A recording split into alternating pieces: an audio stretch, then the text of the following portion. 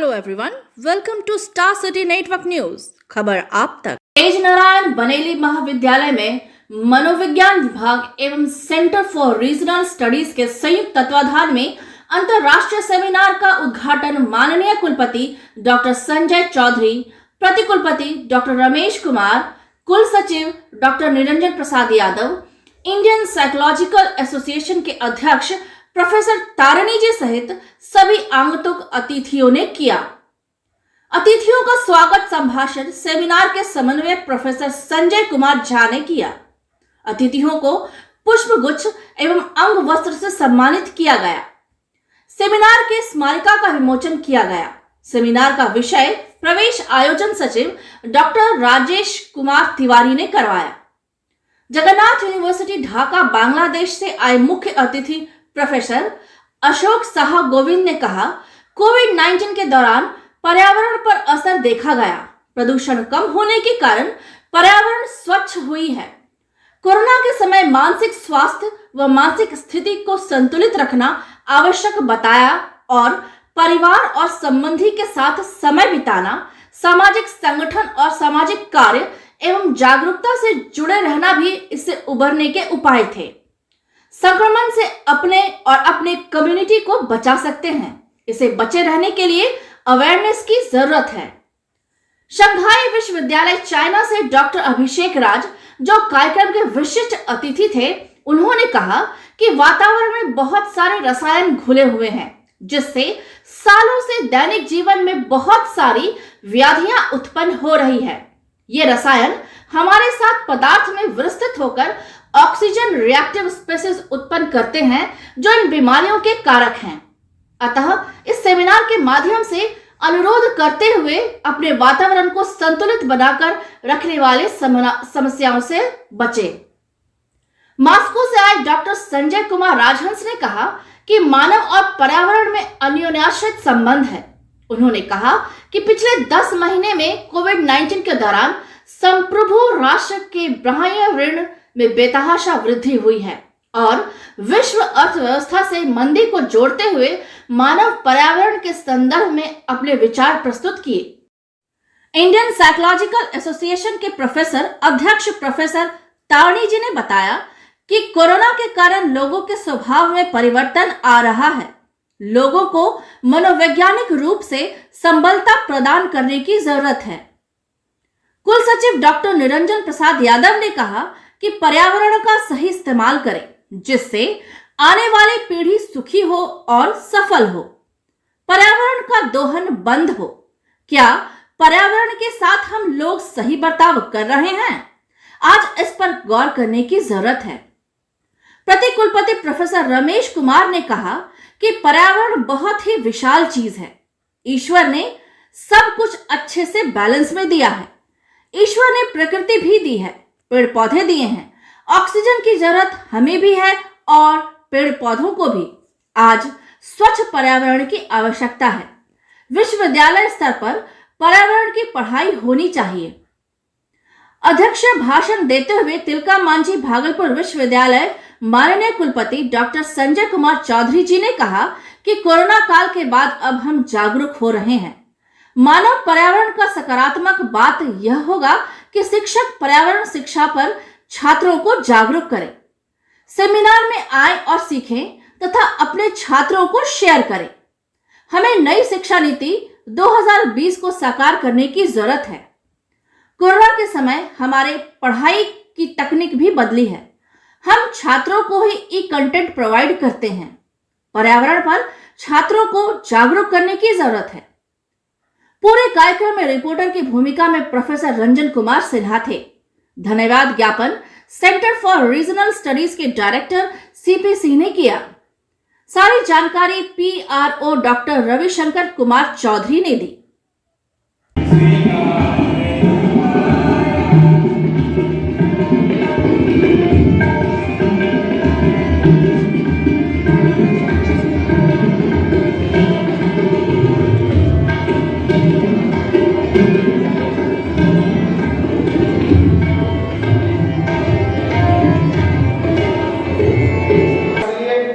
कोविड-19 ने पूरी दुनिया के मानवीय अस्तित्व को प्रतिबंधित कर रखा है।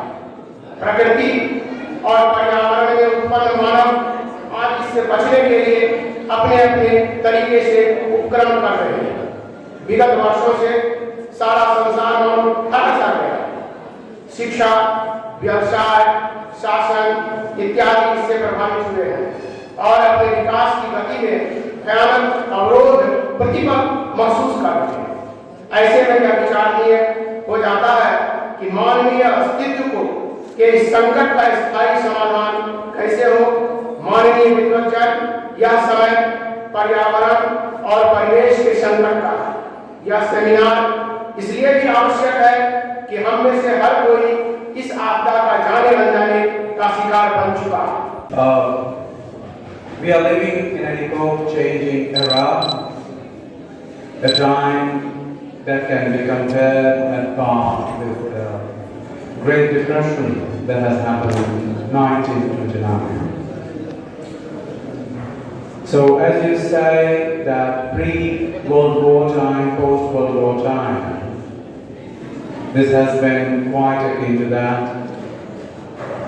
We will read in our own lifetime a pre-COVID era and a post-COVID era. Many leading scholars of the international studies do say that China, the People's Republic of China, has won the Third World War without firing a single bullet.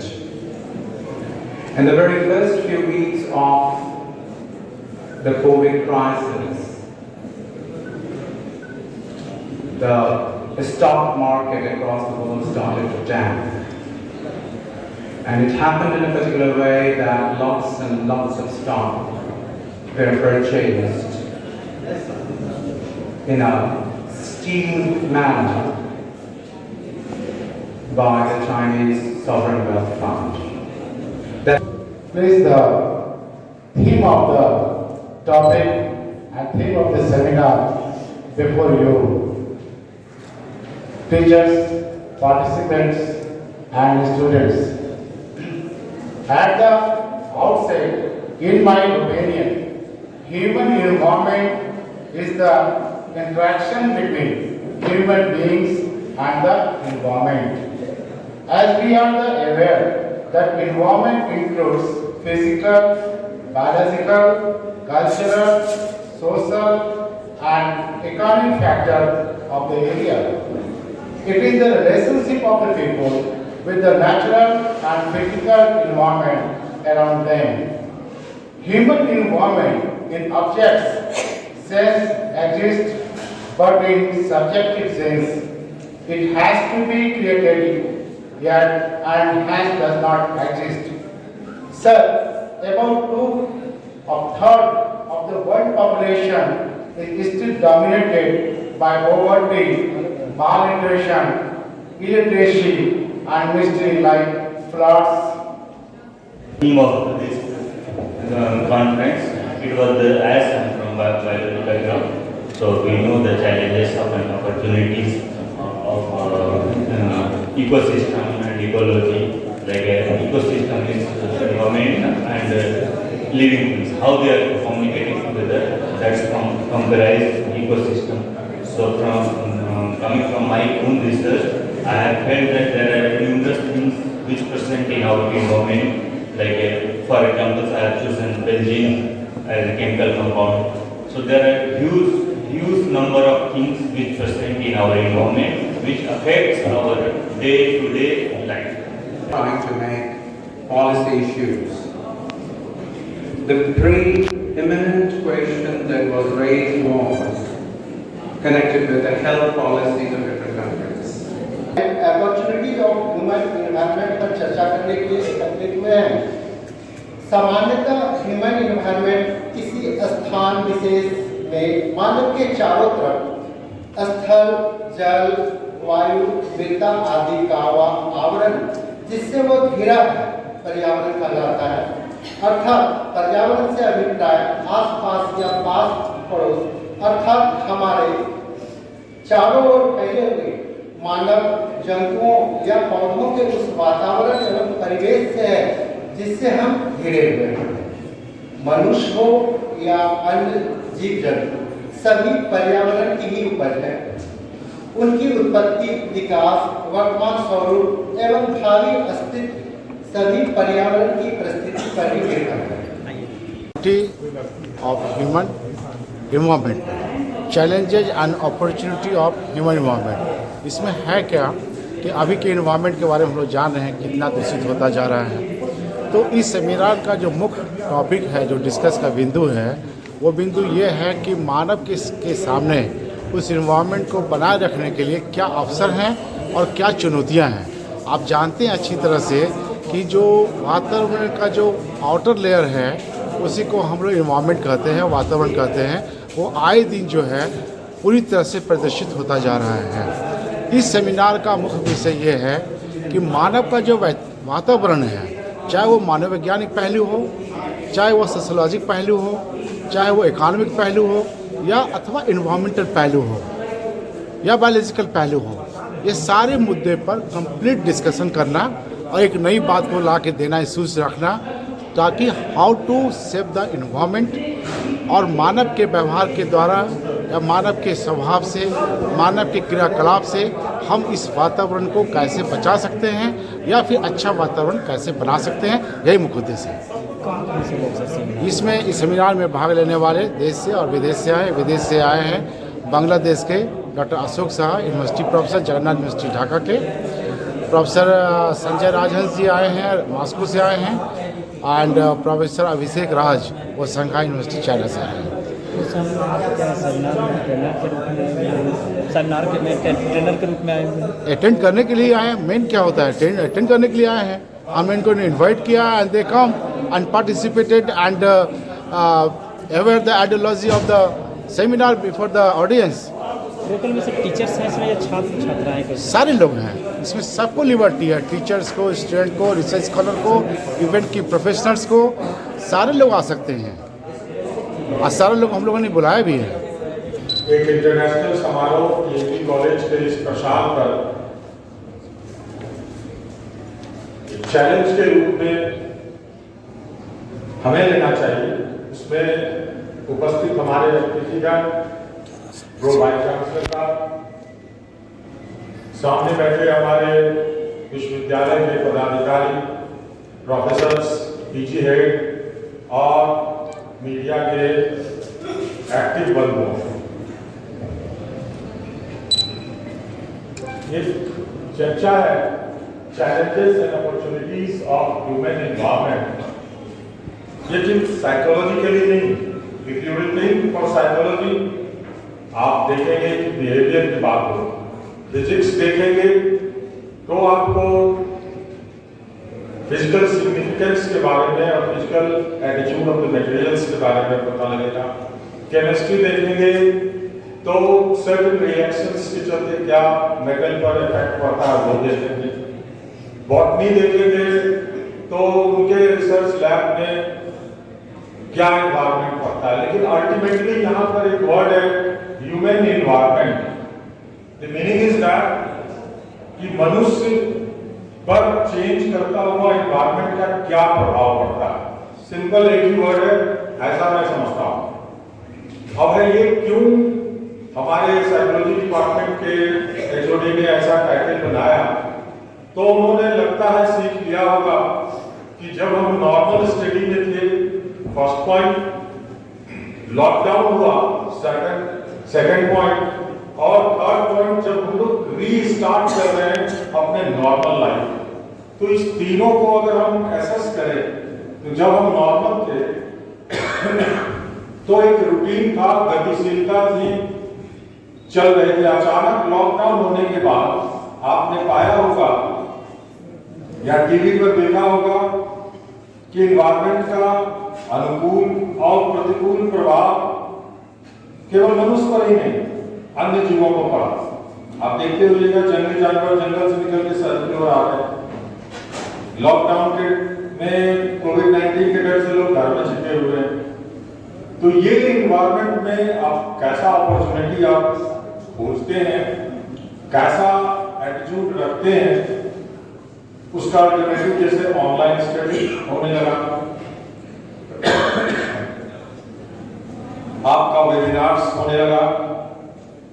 हमको लगता है कि TNB college यहाँ में फैला है, दूसरा होगा कि नंबर ऑफ वेबिनार्स के टर्म में देखा जाए तो हमने डिफरेंट टॉपिक्स को कवर किया, घर बैठे लोगों को इन्वॉल्व किया, स्टूडेंट्स को कैसे आप इस एनवायरनमेंट का फायदा ले सकते हैं, अपॉर्चुनिटीज ले सकते हैं।